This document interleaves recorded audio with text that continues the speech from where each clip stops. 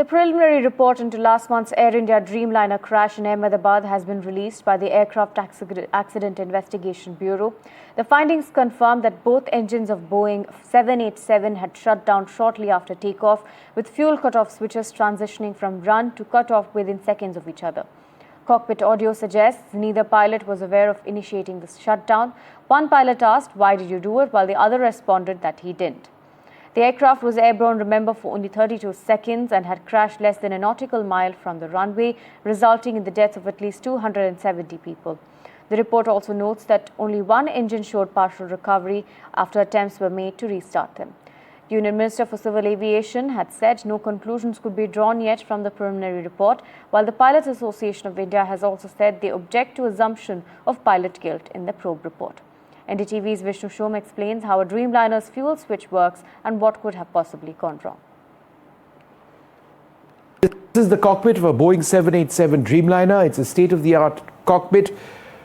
It's called a glass cockpit. It's got multifunction displays. The focus of the investigation, manifold, but in fact, it goes to this.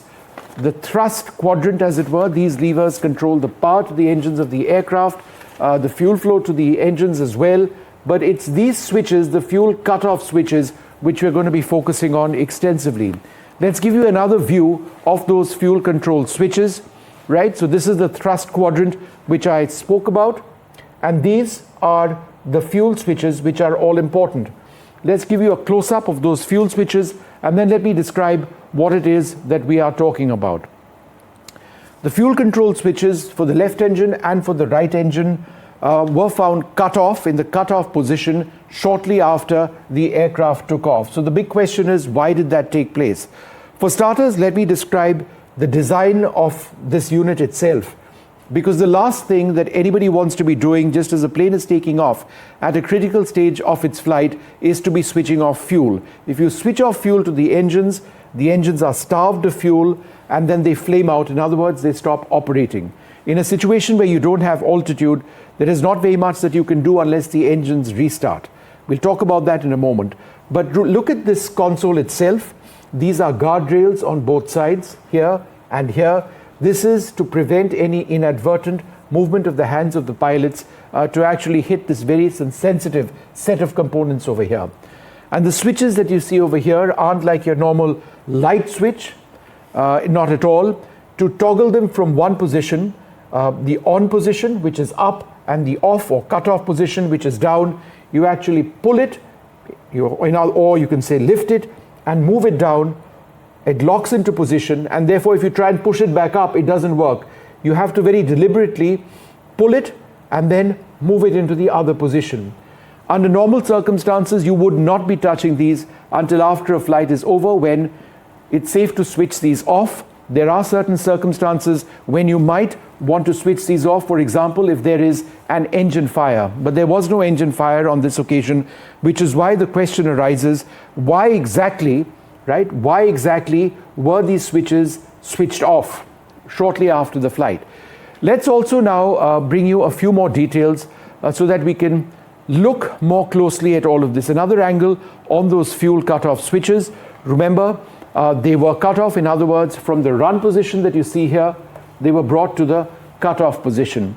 But let's go to the next set of images so that I can talk a little bit more about what took place over here.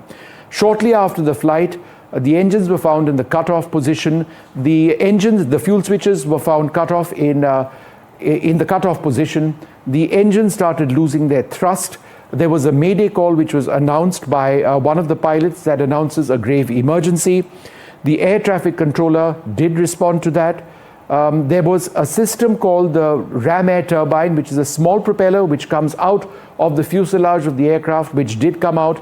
It generates a basic amount of electrical power to ensure that the cockpit instrumentation works, and hydraulic fluids, which are essential for other functions of the aircraft, operate as well.